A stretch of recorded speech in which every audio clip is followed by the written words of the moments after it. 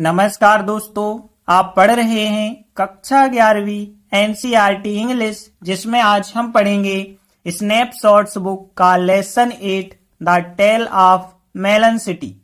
तो देखिए, इस लेसन के 6 इंपॉर्टेंट क्वेश्चन आंसर तो हम कंप्लीट कर चुके हैं। आगे आज हम 3 और ऐसे इंपॉर्टेंट क्वेश्चन पढ़ने वाले हैं, तो ध्यान से समझना। सबसे पहले 7वां इंपॉर्टेंट क्वेश्चन ये करेंगे, उसके बाद 8वां इंपॉर्टेंट क्वेश्चन ये करेंगे और 9वां इंपॉर्टेंट क्वेश्चन ये करेंगे। तो ध्यान से समझना। तो देखिए, 7वां question, who was the wisest man. देखिए, वाइजेस्ट का मतलब होता है सबसे बुद्धिमान, मैन यानी आदमी।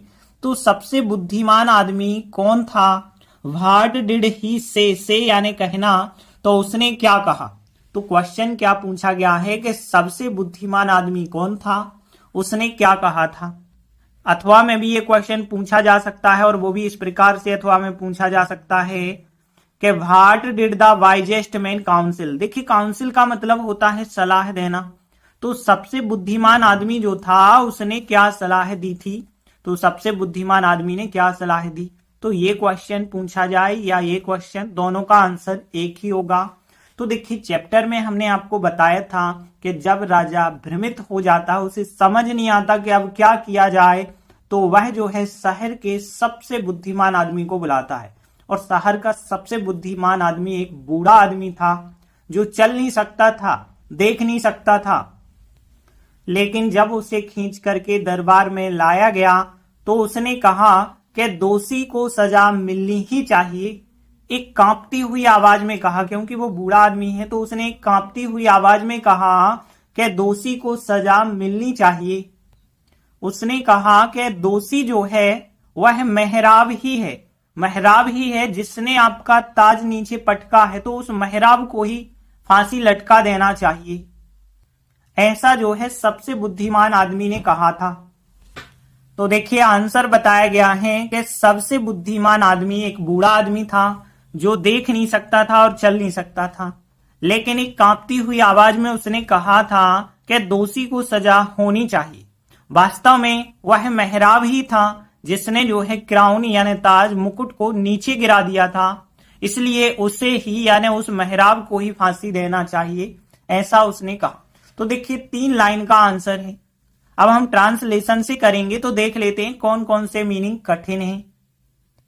तो देखिए, पहली लाइन देखें तो सबसे बुद्धिमान आदमी के लिए हम क्या कहेंगे? द वाइजेस्ट मैन कहेंगे। और फिर ओल्ड मैन होता है बूढ़ा आदमी, और एक के लिए आर्टिकल लगाएंगे। देखिए, ओल्ड स्वर से उच्चारण आता है तो एन आर्टिकल होगा, तो एन ओल्ड मैन हो जाएगा। और हु यानी कि हो जाएगा जो, और देखना यानी होता है सी, और नॉट यानी नहीं, और सकता था यानी कुड होता है। एंड चलना होता है वाक, नॉट यानी नहीं, कुड यानी सकता था हो जाएगा। तो पहली लाइन में तो कोई ऐसे वर्ड है ही नहीं प्रॉब्लम वाले। देखिए आगे, बट यानी कि लेकिन, और फिर कांपती हुई या कांपता हुआ होता है ट्रेम्बल। तो ध्यान रखेंगे, TREMBLE होता है ट्रेम्बल, और ई हटा के ING जोड़ेंगे तो ट्रेम्बलिंग यानी कांपता हुआ। तो आ ट्रेम्बलिंग यानी कांपती हुई, और वॉइस होती है आवाज। इन यानी होता है मैं, ही यानी उसने, और से यानी कहना होता है, और से का सेकंड फॉर्म सेड होता है। और फिर दोषी को सजा होनी चाहिए। देखिए, दोषी को कहा जाता है कल्प्रिट, ध्यान रखना, CULPRIT, कल्प्रिट यानी होता है दोषी। और फिर सजा होनी चाहिए, दंड मिलना, पनिश क्रिया होती है, जो कि आपको पता होगा, PUNISH होता है पनिश। और पनिश का थर्ड फॉर्म होता है ED, और जोड़ दें तो पनिश्ड हो जाएगा। फिर आगे देखिए, वास्तव में, वास्तव में होता है ट्रूली, होता है वास्तव में, वास्तव में यानी ट्रूली हो जाएगा। वह मेहराब ही था, मेहराब यानी कि आर्क कहलाता है, आपको पता है। और फिर जिसने क्राउन को नीचे पटक दिया, जिसने यानी कि हम दैट कह सकते हैं, जिसने, और क्राउन जो है, क्राउन यानी ताज या मुकुट होता है, और फिर नीचे पटक दिया। देखिए, नीचे को OFF ऑफ लिखा गया है, OFF ऑफ का मतलब होता है नीचे। और फिर पटक दिया, देखिए पटक देना को या जोर से पटकना को बैंग कहते हैं, BANG। और बैंग का सेकंड फॉर्म होता है बैंग्ड, ध्यान रखना। तो बैंग्ड यानी पटक दिया, सो यानी इसलिए उसे ही फांसी देना चाहिए। देखिए फांसी देना जो होता है हैंग क्रिया होती है, हैंग यानी फांसी पर लटकाना होता है, ध्यान रखना। तो हैंग का थर्ड फॉर्म या सेकंड फॉर्म हैंग्ड हो जाएगा। तो कितने वर्ड यहाँ पे हमने देखे, एक तो हैंग्ड हो गया, फांसी देना हो जाएगा, और फिर पटक दिया यानी कि बैंग्ड हो जाएगा, और फिर off, O double F off यानी नीचे हो जाएगा, और फिर पनिश यानी कि सजा देना या दंड देना होता है, कल्प्रिट यानी दोषी हो जाएगा, ट्रेम्बलिंग यानी कांपती हुई, वॉइस यानी आवाज, आर्क यानी मेहराब होता है, ट्रूली यानी वास्तव में, दैट यानी जिसने। तो देखिए कोई भी ऐसे मीनिंग कठिन नहीं है, केवल ये 4-5 मीनिंग कठिन है बस। तो देखिए फिर सबसे पहली लाइन लेते हैं, सबसे बुद्धिमान आदमी यानी the wisest man, the wisest man, और फिर वाज सहाय क्रिया लगा के सबसे पहले सब्जेक्ट लिखा द वाइजेस्ट मैन, वाज सहाय क्रिया, फिर लिखेंगे एन ओल्ड मैन, एक बूढ़ा आदमी, और फिर इसके बाद जो देख नहीं सकता था हु हो जाएगा जो के लिए, तो हु यानी कि जो, और फिर देखिए यहां पे कुड नॉट वॉक, जो चल नहीं सकता था, एंड कुड नॉट सी, और देख नहीं सकता था। तो पहली लाइन द वाइजेस्ट मैन यानी सबसे बुद्धिमान आदमी, वाज एन ओल्ड मैन, एक बूढ़ा आदमी था, who could not walk and could not see, जो देख नहीं सकता था और चल नहीं सकता था।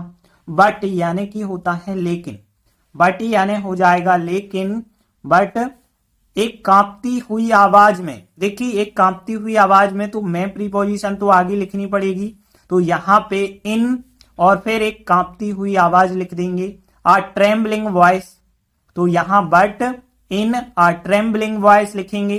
फिर देखिए उसने कहा, यानी कि उसने का मतलब है उस बूढ़े आदमी की बात हो रही है, तो यहां पे ही सेड, उसने कहा, और फिर क्या कहा कि दोषी को सजा मिलनी चाहिए, दोषी यानी कि हमने बताया द कल्प्रिट, द कल्प्रिट होता है दोषी, तो द कल्प्रिट लिखेंगे दोषी को, और फिर सजा होनी चाहिए या सजा मिलनी चाहिए। तो देखिए चाहिए वाला वाक्य है, तो यहाँ पे ये अनिवार्यता के साथ कह रहा है। चाहिए वाला वाक्य ज्यादातर हम शुड के साथ बनाते हैं, मस्ट के साथ भी बनाया जाता है, लेकिन यहाँ पे जो अनिवार्यता यदि दिखे तो मस्ट के साथ हम बनाएंगे।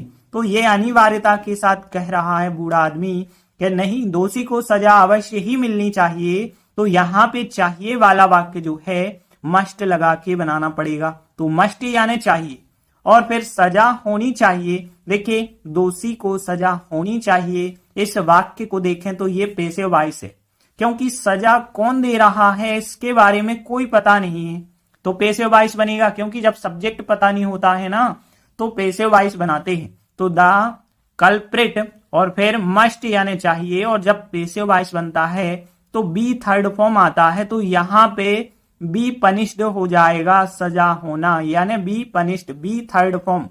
तो बट लेकिन इन आ ट्रेम्बलिंग वॉइस, और फिर ही सेड, उसने कहा कि द कल्प्रिट और मस्ट बी पनिश्ड।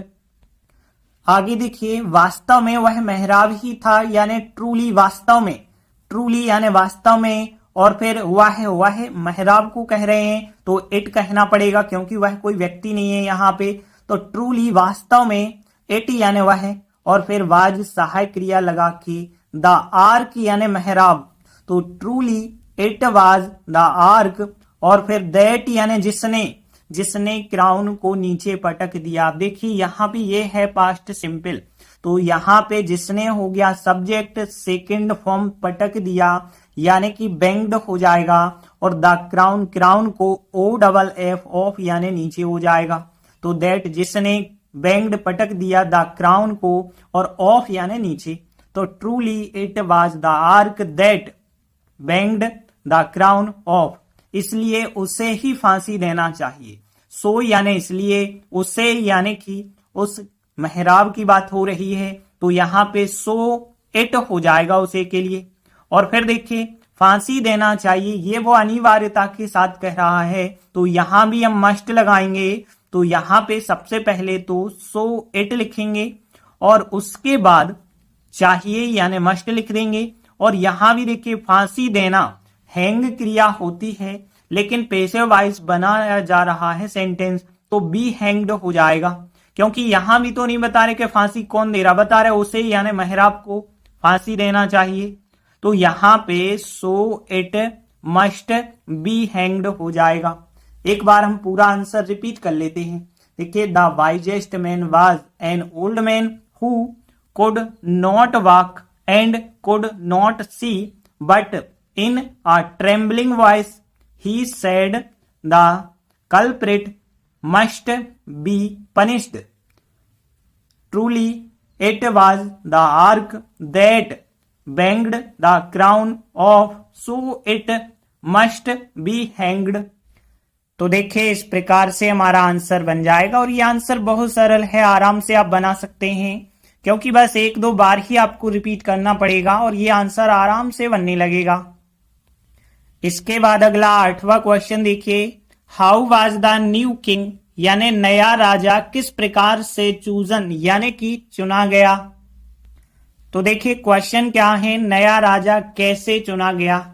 तो देखिए, चैप्टर में हमने आपको बताया था कि जब राजा की मृत्यु हो जाती है तो मंत्री घोषणा करते हैं कि शहर का जो गेट है उस गेट से गुजरने वाला जो पहला आदमी होगा वही राजा को चुनेगा। अब क्या होता है, अचानक वहीं से एक मूर्ख जो है इंसान, पहला गुजरने वाला व्यक्ति होता है। अब उससे जो कुछ भी पूछा जाता है वो हर एक प्रश्न का एक ही उत्तर देता है, तरबूज तरबूज तरबूज। तो फिर मंत्री जो है तरबूज को ही अपना राजा मान लेते हैं। इस प्रकार से नया राजा चुना जाता है।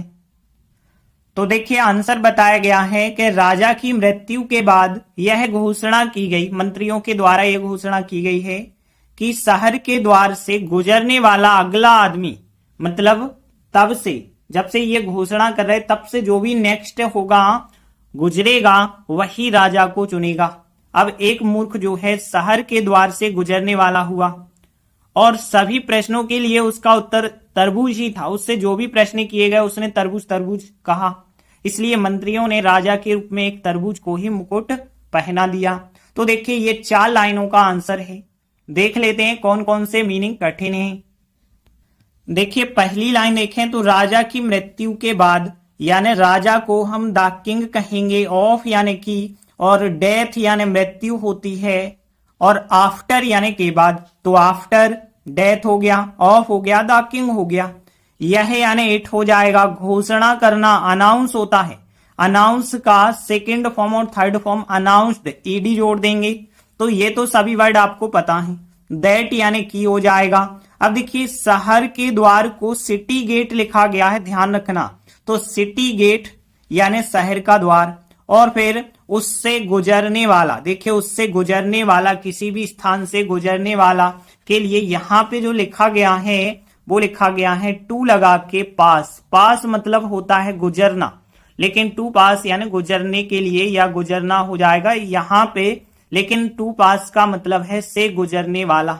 और नेक्स्ट यानी अगला, नेक्स्ट मैन यानी अगला आदमी, और फिर द किंग यानी कि राजा की बात हो रही है। और चुनना होता, देखिए यहाँ चूजन थर्ड फॉर्म है, चूज का मतलब होता है चुनना, तो ध्यान रखना CHOOSE चूज यानी होता है चुनना, ध्यान रखना, ये है इसका थर्ड फॉर्म। फिर आगे देखिए, एक मूर्ख यानी इडियट होता है मूर्ख, तो एन इडियट हो जाएगा एक मूर्ख। फिर शहर के द्वार को सिटी गेट फिर लिख देंगे, और फिर से गुजरने वाला टू पास फिर लिख देंगे।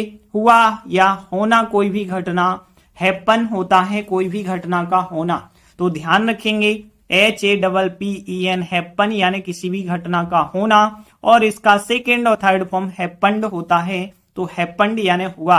एंड और ऑल द क्वेश्चन, सभी क्वेश्चनों की बात कर रहे हैं। टू यानी के लिए, हिज आंसर यानी उसका उत्तर, और तरबूज, तरबूज को मेलन कहते हैं, तो तरबूज के लिए कौन सा शब्द हो गया, मेलन हो गया।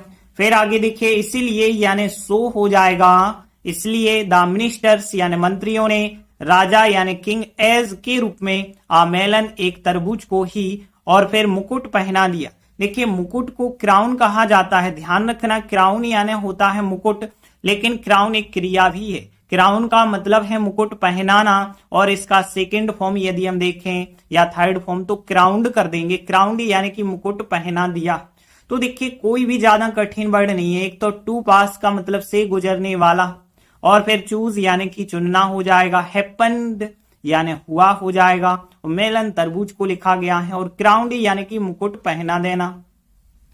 तो देखिए पहली लाइन, राजा की मृत्यु के बाद यानी after, after the death of the king, after the death of the king, और फिर यह घोषणा की गई मतलब पास्ट सिंपल का पेसिव वॉइस, तो इट वाज सहायक क्रिया, फिर थर्ड फॉर्म लिखेंगे क्योंकि पेसिव वॉइस में थर्ड फॉर्म लगता है। तो इट वाज अनाउंस्ड, तो after the death of the king it was announced, यह घोषणा की गई, दैट यानी कि की हो जाएगा, तो दैट यानी कि शहर के द्वार से गुजरने वाला अगला आदमी। देखिए ये पूरा जो है सब्जेक्ट का काम करेगा, और फिर जो है चुनेगा यानी फ्यूचर सिंपल है, लेकिन पास्ट की घटनाओं को विल की जगह वुड लगा के बताते हैं, तो वुड लगाएंगे, फिर चुनेगा हो जाएगा, फिर राजा को लिखेंगे। तो ये पूरा हमें सब्जेक्ट लिखना होगा, और इसके लिए लिखा गया है the next man, the next man to pass गुजरने वाला, द सिटी गेट यानी कि शहर के द्वार से। तो यहां that the next man to pass the city gate, फिर वुड सहायक क्रिया, और फिर फर्स्ट फॉर्म चूज यानी कि चुनेगा, और फिर किंग यानी एक राजा को चुनेगा। यहां द किंग नहीं लिखना क्योंकि वही का वही राजा नहीं, अब एक नया राजा बन रहा है, तो किंग हो जाएगा। तो that the next man to pass the city gate, would सहायक क्रिया, चूज चुनेगा, किंग यानी कि एक राजा को चुनेगा। फिर क्या होता है, एन इडियट, देखिए इडियट होता है मूर्ख, एन आर्टिकल लगा के आप लिखेंगे, तो एन इडियट यानी एक मूर्ख जो है, हुआ यानी हैपेंड हो जाएगा, पास्ट सिंपल है, सेकंड फॉर्म हैपेंड, और फिर टू पास यानी कि गुजरने वाला, द सिटी गेट यानी कि शहर के द्वार से। तो an idiot happened to pass the city gate, and, और जो है अब देखिए सभी प्रश्नों के लिए उसका उत्तर तो एंड से लगा के यहां तक पूरा सेंटेंस बनेगा।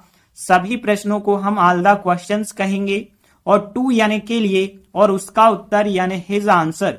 तो ध्यान देना यहाँ पे एंड लिखा सबसे पहले, इसके बाद ये पूरा वर्ड लिखेंगे हम, तो यहाँ पे his answer to all the questions ऐसे बनाना पड़ेगा। फिर उसके बाद देखिए सहायक क्रिया वाज लगाएंगे, और फिर मेलन यानी एक तरबूज लिख देंगे। तो देखिए एंड, और फिर हिज आंसर उसका उत्तर, टू ऑल द क्वेश्चन सभी प्रश्नों के लिए, वाज यानी था, मेलन यानी एक तरबूज था। और फिर आगे देखिए सो इसलिए, द मिनिस्टर्स यानी मंत्रियों ने, सो द मिनिस्टर्स इसलिए मंत्रियों ने, और पास्ट सिंपल है, क्राउंड सेकंड फॉर्म लिखना पड़ेगा, क्राउंड यानी ताज पहना दिया, मेलन यानी एक तरबूज को ही ताज पहना दिया, एज के रूप में, एज द किंग यानी राजा के रूप में, एज द किंग यानी कि राजा के रूप में। तो सो द मिनिस्टर्स इसलिए मंत्रियों ने, क्राउंड पहना दिया, मेलन तरबूज को पहना दिया, एज द किंग यानी राजा के रूप में ताज पहना दिया। एक बार पूरा आंसर रिपीट कर लेते हैं, after the death of the king it was announced that the next man to pass the city gate would choose a king, an idiot happened to pass the city gate, and his answer to all the questions was a melon, so the ministers crowned a melon as the king। तो देखिए इस प्रकार से हमारा answer बन जाएगा, और ये आंसर भी बहुत आसान है, सब लोगों से बन जाना चाहिए। एक दो बार इसकी भी आप प्रैक्टिस करेंगे, आराम से बनने लगेगा। इसके बाद अगला 9वां क्वेश्चन देखिए, why were the people happy यानी लोग खुश क्यों थे, विथ दियर मेलन किंग यानी कि अपने तरबूज राजा से। तो उनका जो तरबूज राजा बन चुका था उससे लोग खुश क्यों थे। तो देखिए क्वेश्चन क्या है, लोग अपने मेलन यानी तरबूज राजा से खुश क्यों थे। तो देखिए चैप्टर में हमने आपको बताया था कि जब राजा की मृत्यु हो जाती है उसके बाद नया राजा तरबूज को बनाया जाता है, तो लोग बहुत ज्यादा खुश होते हैं, क्योंकि अब वे कुछ भी कर सकते हैं, जो वे चाहें, जो उनका मन करे वो काम वो कर सकते हैं। क्योंकि राजा जो मूर्ख राजा था पहले, और अब तरबूज बन चुका है, दोनों एक जैसे ही तो हैं। तो देखिए आंसर बताया गया है कि लोग अपने तरबूज राजा से खुश थे क्योंकि अब वे कुछ भी कर सकते हैं, जो वे चाहते हैं वो काम कर सकते हैं। लेकिन उनके लिए एक जो तरबूज राजा है और जो मूर्ख राजा पहले था, दोनों एक जैसे थे। तो बहुत सरल सा आंसर है, केवल 2 लाइनों का है। देख लेते हैं कौन कौन से मीनिंग कठिन है। तो देखिए यहां पे लोग अपने तरबूज राजा से खुश थे, ये तो क्वेश्चन की लाइन हो जाएगी आपकी। बिकॉज यानी क्योंकि हो जाएगा। और अब के लिए नाउ कहते हैं, ये आपको पता होगा, NOW नाउ। और फिर दे यानी वे हो जाएगा। और एनीथिंग यानी कुछ भी, तो एनीथिंग के बारे में भी आपको पता होगा कि एनीथिंग यानी कोई भी चीज या कुछ भी काम, तो एनीथिंग हो जाएगा। और फिर करना यानी डू होता है, सकना यानी कैन होता है। अब फिर वे यानी कि दे हो जाएगा और वांट यानी चाहना होता है। तो देखिए पहली लाइन में ऐसे कोई वर्ड नहीं है जो कठिन हो। नाउ का मतलब होता है अब, एनीथिंग यानी कुछ भी हो जाएगा। फिर आगे देखिए बट यानी लेकिन, और उनके लिए यानी उन जनता के लिए, लोगों के लिए, तो यहां पे फॉर देम हो जाएगा या टू देम भी आप लिख सकते हैं। और फिर आ मेलन किंग हो जाएगा एंड। और फिर वह मूर्ख राजा, देखिए मूर्ख के लिए यहां पे जो शब्द लिखा गया है वो लिखा गया है फूल। आप चाहें तो इडियट लिख सकते थे, लेकिन यहां पे जो वर्ड लिखा गया है मूर्ख यानी फूल लिखा गया है। और बोथ यानी दोनों, और सेम यानी एक जैसे। तो देखिए यहां पे कोई भी मीनिंग ऐसे कठिन नहीं है। सेम यानी एक जैसे हो जाएगा, फूल यानी मूर्ख, और नाउ यानी कि अब हो जाएगा, और एनीथिंग यानी कुछ भी। तो देखिए पहली लाइन देखें, लोग अपने तरबूज राजा से खुश थे, यानी केवल वर सहाय क्रिया यहां पे आपको लगानी है। और द पीपल वर सहाय क्रिया, फिर happy with their melon king, इतनी लाइन आपको क्वेश्चन की लिख देनी है। तो वर सहाय क्रिया यहां लगा के यहां से यहां तक लिख दिया। और उसके बाद बिकॉज यानी क्योंकि, और नाउ का मतलब होता है अब, तो बिकॉज नाउ दे यानी कि वे। और फिर सकते हैं यानी कैन हो जाएगा, कैन डू यानी कर सकते हैं, एनीथिंग यानी कुछ भी। तो देखिए यहां पे इतना क्वेश्चन का द पीपल वर सहाय क्रिया happy with their melon king because now they can do anything, जो वे चाहते हैं। देखिए जो वे के लिए हम केवल दे अकेला लिख देते हैं, जो के लिए लिखना जरूरी नहीं है। तो यहां पे दे वांट चाहते हैं, तो दे वांट यानी कि वे चाहते हैं। तो पहली लाइन बहुत सरल हो गई कि द पीपल वर सहाय क्रिया happy with their melon king because now they can do anything, they want जो वे चाहते हैं। बट लेकिन फॉर देम उनके लिए, तो यहां पे बट फॉर देम लेकिन उनके लिए, तो बट फॉर देम यानी उनके लिए। और फिर आ मेलन किंग यानी एक तरबूज राजा एंड, और फिर वह मूर्ख राजा, वह यानी कि दैट कह सकते हैं। देखिए जब कोई चीज पास नहीं होती है ना, बहुत दूर होती है ना, तो उसे हम दैट कह के बुलाते हैं। तो यहां पे दैट फूल किंग कहेंगे हम, दैट फूल किंग यानी वह मूर्ख राजा, क्योंकि अब तो वो मर चुका है ना, तो उसके बारे में बात कर रहे हैं। तो दैट फूल किंग वह मूर्ख राजा, बोथ यानी कि दोनों, बोथ यानी कि दोनों, और फिर वर सहाय क्रिया लगा के सेम यानी कि एक जैसे, सेम यानी कि एक जैसे। तो but for them a melon king and that fool king, both were सहाय क्रिया और सेम यानी एक जैसे। एक बार पूरा आंसर रिपीट कर लेते हैं। देखिए वर सहाय क्रिया यहां लगा के द पीपल वर सहाय क्रिया, फिर happy with their melon king because now they can do anything, they want जो वे चाहते हैं, बट लेकिन फॉर देम उनके लिए, आ मेलन किंग एक तरबूज राजा, and that fool king both were सहाय क्रिया सेम। तो देखिए इस प्रकार से हमारा आंसर बन चुका है, और यह आंसर भी बहुत आसान है, केवल 2 लाइनों का है। एक बार ही यदि आप प्रैक्टिस करेंगे ना तो आराम से बन जाएगा। तो आज हमने 3 इंपॉर्टेंट क्वेश्चन किए जो कि आपको बहुत आसानी से समझ आ चुके होंगे। बाकी बचे क्वेश्चन जो लॉन्ग टाइप के हैं वो आगे के वीडियो में करेंगे। तब तक के लिए धन्यवाद।